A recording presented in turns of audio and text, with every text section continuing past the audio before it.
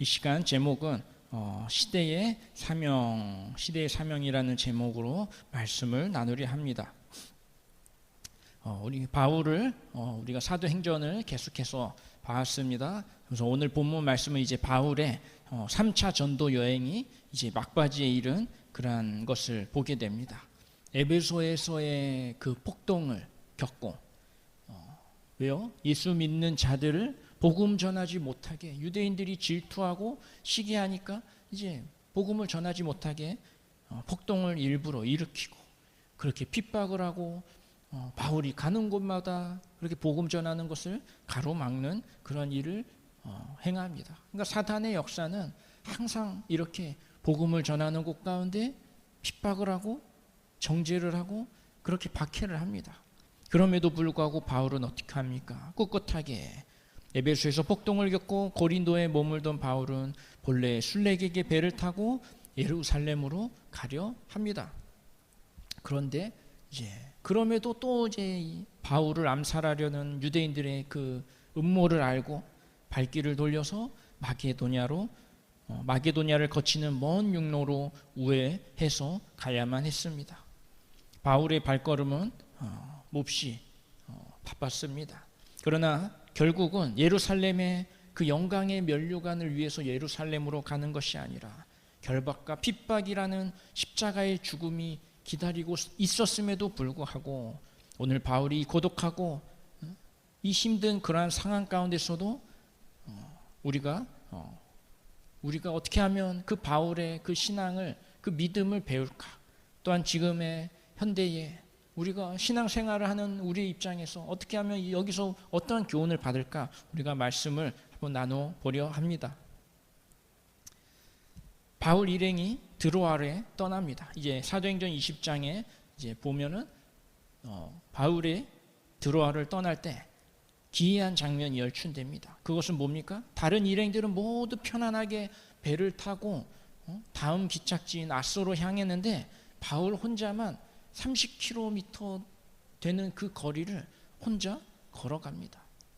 그 거친 흙먼지 길을 걸어가겠다고 사도 바울이 고집을 하겠다라는 거예요.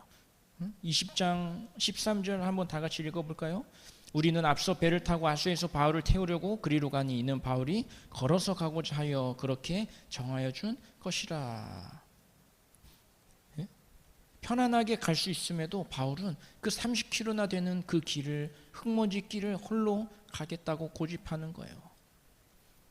예루살렘에 가면 쇠사슬에 묶일 것을 알았던 그 바울이 사람들의 틈바구니에 떠나 홀로 그 두려움을 쳐서 복종시키는 그 시간이 필요했던 것 같습니다. 그러니까 묵묵히 자기만의 시간이 필요했던 것 같아요. 저와 여러분들도 혹 이럴 때가 있을 거예요. 정말 힘든 그 고난의 여정 가운데 여러분 어떻게 갑니까? 어차피 고난의 길인데 그냥 편하게 있다가 가야겠다 이렇게 생각할 수도 있을 것 같아요. 그런데 바울은 어떻게 합니까? 그 고독한 결단을 하게 됩니다. 고독한 결단 그 가운데에 밀레도에 도착한 바울은 이렇게 선포합니다. 주 예수께 받은 사명을 마치려 하면은 나의 생명조차 조금도 귀한 것으로 여기지 아니하노라. 그 30km의 그 여정 가운데 그래서 한번 터키에 가봤었는데 바울이 그 거닐던 그 산맥과 또한 그 길들과 그것을 묵상하면서 참 대단한 사람이다. 왜냐하면 우리는 버스 타고 가도 그렇게 피곤하고 도대체 여기 먹을 것도 없고 사람도 없고 여기 정말 그 시대의 산적의 위협과 동물의 짐승의 위협과 그 얼마나 위험한 그 장소를 그냥 사도 바울이 복음 하나 들고 건너기 시작했다라는 거예요. 그러면서 이렇게 고백하는 거예요. 주 예수께 받은 사명을 마치려 하면은 나의 생명조차 조금도 귀한 것으로 여기지 아니하노라. 어떻게 이런 고백을 할 수 있냐라는 거예요. 저는 그 길목 가운데서 사도 바울이 묵묵히 주님을 묵상했다고 생각합니다. 내가 가는 그 길이 험하고 거친 그 길이지만 주님이 나를 위해서 행하신 그 은혜와 사랑을 생각해 봤을 때 이건 아무것도 아니다라고 생각하지 않았을까요? 바울은 어떻게 이런 고백을 할 수 있었겠습니까? 오늘 로마서 5장 8절의 말씀처럼 우리가 아직 죄인 되었을 때 나를 위해 피 흘리신 그 압도적인 은혜에 뼈저리게 알았던 그 바울이었기 때문에 그렇게 할 수 있었다라는 거예요. 우리가 아직 죄인 되었을 때에 그리스도께서 우리를 위해서 십자가에서 친히 죽으셨다. 그 은혜와 사랑을 알았기 때문에 바울이 목숨을 걸고 복음을 전할 수 있었다라는 것입니다. 모라비안 선교운동을 이끌었던 진첸도르프 백작이 회심이 그러한 것과 같습니다. 그는 젊은 시절 가시면류관을 쓰고 피 흘리시는 예수님의 초상화 아래 적힌 글귀를 봅니다. 나는 너를 위해 이 모든 것을 주었건만 너는 나를 위해 무엇을 하고 있느냐. 그 순간 그는 자신이 누리던 백작의 지위와 스펙이 십자가 앞에서는 배설물에 불과하다는 것을 깨닫고 전 재산과 생명을 세계 선교에 바치게 됩니다. 시편 116편의 기자처럼 내게 주신 모든 은혜를 내가 여호와께 무엇으로 보답할까라는 그 절규 가운데 십자가의 길로 뛰어들었다라는 것입니다. 저와 여러분들은 어떠한 은혜 가운데 살고 있습니까? 여러분 아직도 우리가 주님 왜 나에겐 이것밖에 없습니까? 왜 나는 이것밖에 안 주십니까? 라고 원망하며 부르짖을 수 있습니다. 작금 현대교회도 어떻습니까? 철저히 소비자 중심의 종교 생활이 빠져서 조금만 헌신을 요구하도 왜 나를 피곤케 합니까? 그러니까 요새는 어때요? 나한테 신경 안 쓰는 교회를 가고 싶다 이렇게 얘기합니다. 근데 어떻게 보면 십자가를 던져버리는 것과 같아요. 봉사 없는, 책임 없는, 헌신 없는 그런 교회를 가고 싶습니다. 헌금 안 내는, 나한테 좀 요구하지 않는 교회를 가고 싶습니다. 그런데 여러분 그럴 수가 있냐라는 거예요. 그리스도의 사랑의 그 십자가의 은혜를 아는 사람이 그리스도를 위해 살면 살았지 어떻게 우리가 다른 것을 하지 않을 수 있냐라는 거예요. 물론 당연히 교회들이 잘못한 것도 있죠. 헌신을 강요하고 책임을 요구하고 물질을 강요하고 그러니까 목사님들의 욕심에 의해서 그렇게 되는 경우도 있었어요. 그러나 지금은 또 다르잖아요. 지금은 오히려 안 하는 게 당연한 듯이 생각하는 시대가 되었어요. 그러나 그렇지 않다라는 거예요. 천국 가는 크루즈 배만 원할 뿐 아스로 향하는 그 먼지 나는 그 사명의 길은 다들 피하려고 한다라는 것입니다. 진정한 신앙의 길이 무엇입니까? 여러분 복음을 들고 산을 넘는 자의 발길 아름답도다라고 말씀하는데 과연 우리는 제자의 길을 가는 겁니까? 아니면 종교 소비자의 길을 가는 겁니까? 라는 것에서 우리가 과연 어떻게 대답할 수 있냐라는 것입니다. 헌신 없는 평안만 얻으려는 그 신앙은 가성비의 신앙은 회개하고 기꺼이 희생의 자리로 들어가는 은혜가 있길 주의 이름으로 축원합니다. 나만의 그 고독한 길이 있기를 축원합니다. 주 예수께 받은 사명 내가 그것을 마치려 하면은 나의 생명조차 아끼지 아니하겠다. 조금도 귀한 것으로 여기지 아니하겠다라는 그 고백이 있기를 주의 이름으로 축원합니다. 그리고 사도행전 21장으로 넘어갔을 때 그 밀레도의 눈물의 이별을 마친 바울이 가이사랴에 도착합니다. 그곳에서 아가보 선지자가 예루살렘에서 바울이 이렇게 결박당할 것이다 라고 예언을 합니다. 여러분 예언을 들으면 어떤 소리 들을까요? 아 그렇구나. 저 같으면 그랬을 것 같아요. 예언을 내가 가면 큰일 나는구나. 가지 말라는 거구나. 알겠습니다. 감사합니다 하나님 이러면서 막 다른 데로 가겠죠. 그런데 바울은 어떻게 합니까? 예루살렘에서 바울이 이렇게 결박당할 것이다 라고 예언을 하자 온 교회와 제자들이 바울을 붙들고 통곡합니다. 바울 선생님 제발 예루살렘으로 가지 말아 주십시오. 가면 죽습니다. 그럼에도 불구하고 어땠습니까? 바울은 제자들은 성령의 경고를 듣고 철저히 인간적인 논리로 피하라고 해석합니다. 창세기 18장에 90세의 나이에 아들을 낳을 것이다 라는 하나님의 약속을 듣고 속으로 비웃었던 사라의 헛웃음과 다를 바가 없다라는 거예요. 하나님께서 말씀을 주셔도 인간의 생각으로 받을 때도 있다라는 거예요. 그러니까 여러분 막 너무 환상을 봤습니다, 꿈을 봤습니다, 예언을 했습니다라고 하더라도 정작 해석은 자기 마음대로 하는 경우가 많아요. 주님은 이런 뜻입니다. 나에게 이렇게 보여줬습니다. 근데 어떻게 보면 다 인간적이에요. 그게 뭐가 중요하냐라는 거예요. 그래서 그리스도의 십자가의 은혜를 받은 사람은 그걸 어떻게 받아들이냐라는 거예요. 받아들이는 것도 사람에 따라 다르기 때문에 여러분 어떻게 해요? 말씀으로 돌아가라는 거예요. 철저히 인간적인 계산에 갇혀서 하나님의 위대한 사명을 알지 못한다면 아무리 보여준들, 아무리 표적이 나타난들 그 뭐가 중요하냐라는 거예요. 예수님께서 오병이의 기적을 일으키셨음에도 불구하고 사람들은 왕으로 삼으시다. 야 이제 우리 먹을 걱정 안 하겠다. 예수님 뭐 뚝딱하면 다 먹을 거 내놓으시네. 예수님을 왕으로 하면 이제 야 다윗의 그 부강한 그 영광을 우리가 또 맛보겠구나라고밖에 생각하지 않는 거예요. 그러니까 인간의 생각에 갇혀 있기 때문에 그렇다라는 거예요. 그러나 우리는 십자가의 마음을 갖고 사명의 마음을 가지고 하나님의 뜻을 우리는 바라봐야 될 줄 믿습니다. 영국 캠브리지 대학의 전설적인 크리켓 국가대표였던 C.T. 스터드가 엄청난 유산을 포기하고 아프리카 선교사로 떠나려 할 때였습니다. 가족들과 수많은 신앙의 동료조차 울며 매달렸다고 합니다. 영국 교회에 네가 필요하다. 심장병을 안고 왜 그 사지로 가냐. 인간적인 정으로 앞길을 막았다라는 거예요. 그때 스터드가 단호하게 선포합니다. 예수 그리스도가 참 하나님이시며 나를 위해 십자가에 죽으셨다라는 사실을, 그것이 사실이라면 내가 그분을 위해 하는 그 어떤 희생도 결코 크다고 할 수 없습니다. 예수님이 날 위해 십자가에서 죽으셨는데 그것보다 뭐가 더 귀하냐라는 거예요.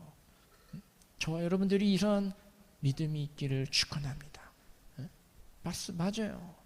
예수님의 십자가가 전부라면 뭐가 두렵냐라는 거예요. 이 세상에 모든 환난과 걱정과 역경이 있더라도 그것이 주의 그 십자가의 사랑을 더 알게 된다면 뭐가 더 중요하냐라는 거예요. 오늘날 우리 사회와 교회를 병들게 하는 가장 큰 우상은 안전제일주의일 수 있습니다. 세상은 끊임없이 적당히 타협하라고 합니다. 네 안전부터 챙겨라. 너나 잘해라. 이 얘기하는 거예요. 야, 니나 잘해. 청년들이 거룩한 비전을 위해 좁은 길을 가겠다 하면 믿는 부모들이 먼저 나서서 뜯어 말린다라는 거예요. 그러니까 뭐 아무리 교회에서 잘 양육시켜도 소용없어요. 왜? 부모 수준만큼 잘하기 때문에. 그래서 여러분 신앙은 가정에서부터 해야 될 줄 믿습니다. 나부터 변해야 된다라는 거예요. 부모가 변할 때 자녀는 알아서 잘 크게 되지. 아유 하나님 우리 자녀가 저 자녀를 바꿔주세요. 뭘 바꿔요? 자기가 바뀌어야지. 왜요? 문제는 다 어디서 나오는 거예요? 다 내가 자기 마음대로 해석을 하는 거예요. 선악과가 뭐예요? 내 중심대로 살겠다라는 거예요. 하나님의 뜻이 있어도 하나님의 법이 있어도 이 법 해석은 내 마음대로 아니에요. 그러니까 법을 자기 마음대로 해석하는 시대잖아요. 지금도. 그럼 북한에 무인기를 보내서 북한이 그렇게 오물풍선 막 이상한 거 보내면 거기에 대해서 대처를 했잖아요. 거기에 그랬다고 징역 30년을 주는 그런 나라가 어딨냐고요. 대북 송금한 사람은 가만히 놔두고 오히려 북한에 응당한 반격을 하면 처벌을 받는 나라가 됐어요. 그러니까 지금 청년들이 왜 들고 일어납니까? 왜 대한민국에 헌법을 안 지키냐라는 거예요. 어떻게 나라에서 정의가 없어졌냐, 공의가 없어졌냐, 여기에 대해서 좀 설명 좀 하라. 빨리. 투표 문제도 그런 거잖아요. 뭐 투표가 50%만 준비하는 나라가 세상에 어딨냐고요. 투표지 없어서 투표를 못하는 나라가 어딨냐고. 인간적인 생각으로 우리가 생각한다면 세상은 바뀌지 않는다고 생각합니다. 교회에도 똑같아요. 바울을 가로막았던 가이사랴의 제자들의 그 정 때문에, 정과 눈물 때문에 바울 선생님 그래도 우리랑 같이 여기가 좋사오니 여기서 더 머물러야 되지 않겠습니까? 우리도 그럴 때가 있지 않습니까? 하나님, 저는 여기가 좋사오니. 근데 주님께 받은 그 사명을 감당하는 일에는 우리의 생명조차 조금도 아끼지 아니한다라는 그 사도 바울의 그 고백을 우리는 봐야 될 줄 믿습니다. 인간적인 논리로 하나님의 부르심을 가로막지 말라라는 것입니다. 사라의 헛웃음처럼, 인간적인 눈물처럼 그냥 단지 내 인간적인 생각으로 하나님의 뜻을 해석하지 말라라는 거예요. 하나님이 원하시는 그것이 무엇인가 우리는 그것을 바라봐야 될 줄 믿습니다. 우리의 모든 것, 인간적인 모든 것은 십자가에 못 박고. 그러니까 저는 뭐 대한민국이 위기다, 한국교회가 위기다. 여러분 왜 고난이 있으면 안 돼요? 고통이 있으면 안 돼요? 오히려 여러분 지금 그 대한민국의 이러한 정치적인 고통과 이런 아픔과 이런 분열과 그럼 이걸 통해 있는 자들이 정신 차리고 세상 사람들이 내 주권이 침탈당하고 있구나. 내 자유가 억압당하고 있구나라고 그렇게 고백할 때 그러한 고통 가운데서 주님을 찾는다면 여러분 그게 복 아니에요? 여러분 하나님께서 왜 고난을 허락하시냐라는 거예요. 왜 국가적인 재난을, 왜 국가적인 고통을, 왜 국가적인 그 분열을 왜 허락하시냐라는 거예요. 왜 북한을 저렇게 만드셔서 우리를 이렇게 70년 동안 이렇게 고통당하게 하십니까? 라고 얘기할 수 있어요. 그런데 왜 그런 거예요? 이스라엘을 보세요. 왜? 하나님만 의지하라는 거예요. 하나님만 바라보라는 거예요. 여러분 왜 하나님께서 이렇게 고통을 주십니까? 라고 얘기할 때 저 정치인들, 저 정당 없어지게 해주세요. 저 사람들 없어지면은 대한민국이 올바로 설 텐데. 근데 중요한 건 뭐예요? 우리부터 올바로 서 있냐라는 거예요. 하나님 앞에 하나님의 주권을 인정하고 하나님 앞에 올바로 서 있으려고 하냐라는 거예요. 저는 오히려 고통 가운데, 고난 가운데 주님을 찾는 영혼들이 많아진다면 좀 이게 복이라고 생각해요. 그럴 때 하나님께서 은혜를 베풀어 주시는 거지. 오히려 지금 하나님께서 회개케 하시고 은혜를 베풀어 주시는 때라고 저는 믿습니다. 인간적인 생각을 다 내려놓으면 이제 그제서야 보이는 거예요. 하나님께서 왜 이런 고난을 허락하셨는가? 왜 하나님께서 이런 아픔을 허락하셨는가? 뭐 정치뿐만 아니라 그러니까 다 갈라치기가 된 거예요. 지금 세상에. 근데 그게 아니라 우리는 어때요? 내 자신부터 돌아봐야 돼요. 내가 하나님 앞에 올바로 서 있는가? 내 사명을 제대로 알고 나아가고 있는가? 그렇다면 핍박이 있든 그게 뭐가 중요하냐라는 거예요. 주 예수께 받은 사명이 중요하지. 그게 뭐가 중요하냐는 거예요. 저와 여러분들이 그 애통하는 마음을 품기를 축원합니다. 나의 이기적인 그 눈물을 거두고 애통함으로 우리가 회개하여서 하나님께 올바로 나갈 때 하나님께서 일하실 줄 믿습니다. 자신을 붙들고 통곡하는 그 제자들을 향해 사도 바울은 오히려 책망합니다. 여러분이 어찌하여 우로 내 마음을 상하게 합니까? 나는 주 예수를 위하여 죽을 것도 각오하였노라. 나는 주 예수를 위하여 죽을 것도 각오하였노라. 여러분 사도 바울의 핵심은 무엇이에요? 주 예수께 받은 사명, 그 복음 전하는 것, 영혼을 살리는 일에 내 생명도 아끼지 않겠다라는 그 고백입니다. 왜 그렇습니까? 주님께 받은 그 사랑이 너무나 크기 때문에 그렇다라는 것입니다. 제자들은 지금 바울의 육신이 죽는 것이 안타까워 울고 있는 거예요. 철저히 자기중심적인 거예요. 여러분 우리가 사실 살아도 100년도 못 사는 그 인생 가운데 그 짧은 시간 좋으려고 영원한 것을 놓친다면 여러분 참 한탄스러운 거예요. 그러나 한편으로는 이해돼요. 왜? 인간이 연약하기 때문에. 그렇기에 바울의 가슴 속에는 바울도 눈물을 흘리며 제자들에게 말했을 거예요. 그럼에도 불구하고 그 가슴 속에는 주님께 받은 그 사명이 가장 고귀하다라는 것을 알았던 사람이었습니다. 그것은 바로 마태복음 9장 36절에 나오는 예수님의 눈물처럼 무리를 보시고 불쌍히 여기시니 이는 그들이 목자 없는 양과 같이 고생하며 기진함이라. 사도 바울도 이런 마음이었을 거예요. 내가 떠나면 이 사람들을 어떻게 양육해야 되나? 이 사람들이 그럼에도 불구하고 혹여나 주님을 떠나지 않을까? 그 염려하는 그 마음이 사도 바울에게도 있었을 겁니다. 예수님을 세상에 뜯기고 상처 입은 영혼들을 보며 불쌍히 여기신 것처럼 여기서는 이제 스플랑크니조마이, 창자가 끊어질 듯한 애통함으로 불쌍히 여기셨다라는 거예요. 제자들은 육신의 안위를 위해 울었지만 바울은 목자 없이 이리 때처럼 찢기며 죽어가는 영혼들을 향해 예수님의 애통함을 가졌기에 십자가의 사지로 뛰어들 수 있었다라는 거예요. 내가 가지 않으면 너희들은 그럼에도 3년 동안 내가 눈물로 기도하며 너희를 양육하며 거의 그러니까 이제 너희는 이제 교회가 되었지 않냐. 근데 저희 예루살렘은 아직도 예수님을 믿지 않는 영혼들이 있기 때문에 내가 갈 수밖에 없다라는 거예요. 저와 여러분들이 그런 은혜가 있기를 축원합니다.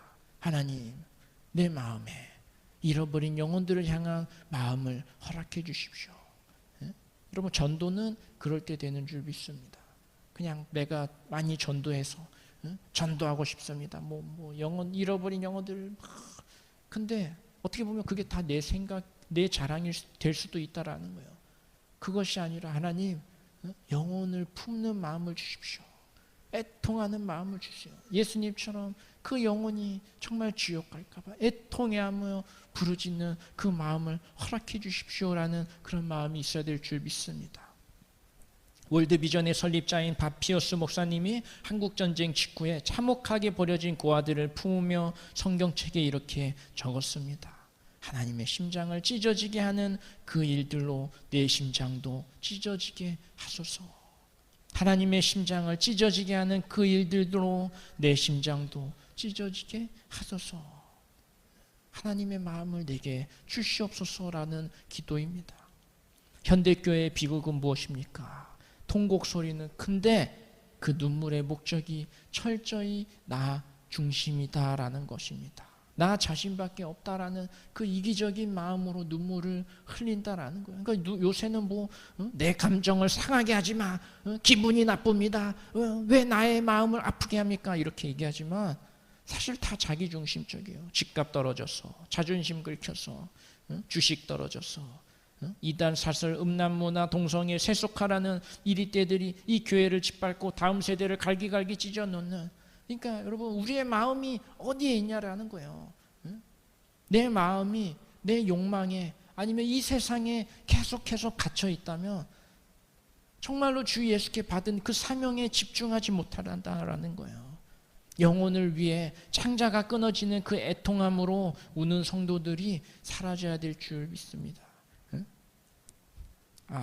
영혼들을 위해 창자가 끊어지는 그 애통함으로 우리가 영혼들을 바라봐야 되는 거예요. 그런데 지금은 어때요? 우는 성도들이 없어지고 있다라는 겁니다. 나만 잘 먹게 잘 살게 해달라는 그 이기적인 기도의 눈물 가운데 영혼을 정말 구원해 주세요라는 그 눈물 어린, 그 애정 어린 눈물이 사라지는 이 시대 가운데 우리는 그 애통함을 부어달라고 기도해야 될 줄 믿습니다. 하나님, 이 나라가 깨어나게 해주십시오. 왜 인간들은 고난이 있어야 그제서야 하나님을 찾는 거예요. 나라가 이 정도로 심각하다는 것을, 이 정도로 위기가 있다라는 것을 사람들이 보니까 그제서 하나님을 찾기 시작하는 거예요. 내 자유가 없어지고 있구나. 여러분 일제시대 때 왜 우리가 그렇게 평양 대부흥운동이 일어나고 왜 교회가 대부흥이 일어난 거예요? 고난이 있기 때문에 일어나잖아요. 하나님밖에 없구나. 내 자유, 내 인생의 자유, 내 영혼의 자유를 주는 것은 저 일본 제국이 아니라 흥선대원군이 아니라 이 나라가 아니라 이 민족이 아니라 하나님밖에 없구나. 하나님밖에 없구나. 하나님만이 그리스도께서 우리를 자유케 하시는구나라는 것이 있었기 때문에 여러분 애통해 할 수 있었다라는 거예요. 그 은혜가 있었기 때문에 여러분 부흥운동이 일어난 것이지 않습니까?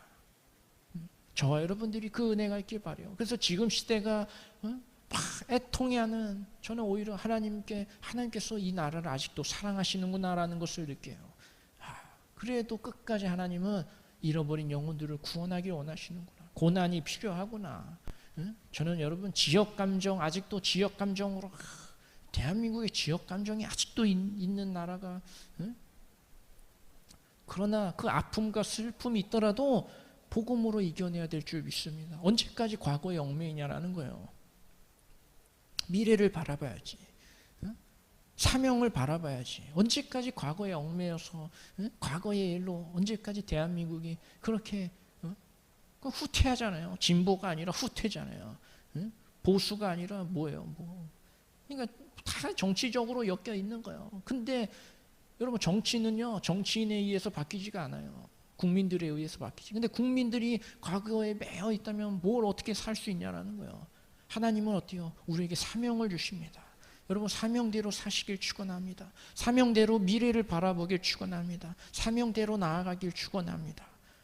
사명대로 그 십자가의 은혜를 안다면 과거에 얽매일 필요가 없다라는 거예요. 그 아픔을 씻어주고 그 아픔을 위로하며 함께 붙들어서 앞으로 나아가야죠. 저와 여러분들이 그러한 은혜가 있길 주의 이름으로 축원합니다. 그러한 바울의 단호한, 거룩하고 단호한 그 앞장선 그 바울의 모습 가운데 그토록 통곡하던 성도들은 마침내 고집을 꺾고 두 손을 들고 엎드립니다. 그가 고난을 받지 아니함으로 우리가 주의 뜻대로 이루어지다고 그쳤노라. 이제서 주의 뜻대로 이루어지다라고 고백할 수 있는 거예요. 인간적인 생각엔 바울이 안 갔으면 좋죠. 우리와 그냥 함께 하세요. 거기 가서 뭐 합니까?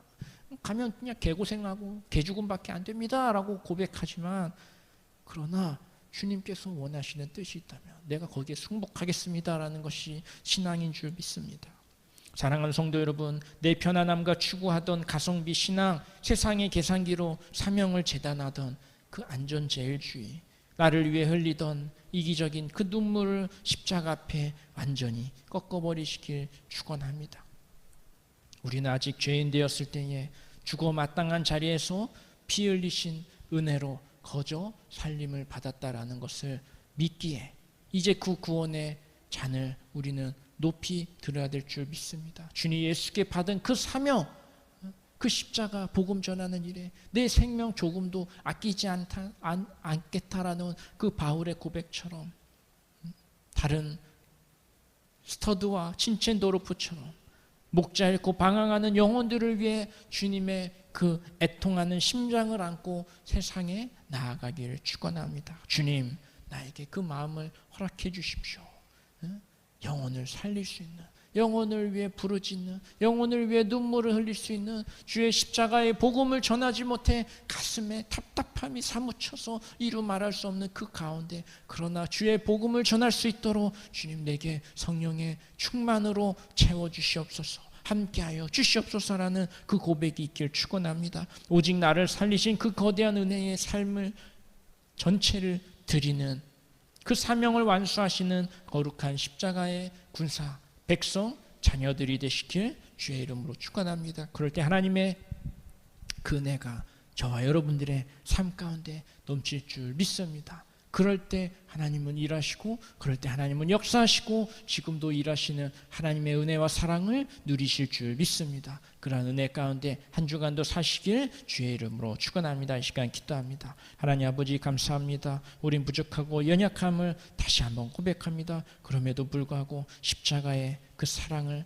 우리는 받은 줄 믿습니다. 주 예수께 받은 사명, 그 복음을 전하는 일에, 그 길을 가는 일에, 우리의 사명을 완수하는 일에 우리의 생명도 조금도 아끼지 않다고 고백했던 그 사도 바울처럼 주님 우리에게 은혜 내려 주시옵소서. 오직 주의 복음 위에 살아가게 하여 주시옵소서. 성령님 함께 해달라고 주님 우리가 간구하오니 주님 일하여 주시옵소서. 성령 충만케 하여 주시옵소서. 사랑 많으신 예수님의 이름으로 기도드립니다. 아멘.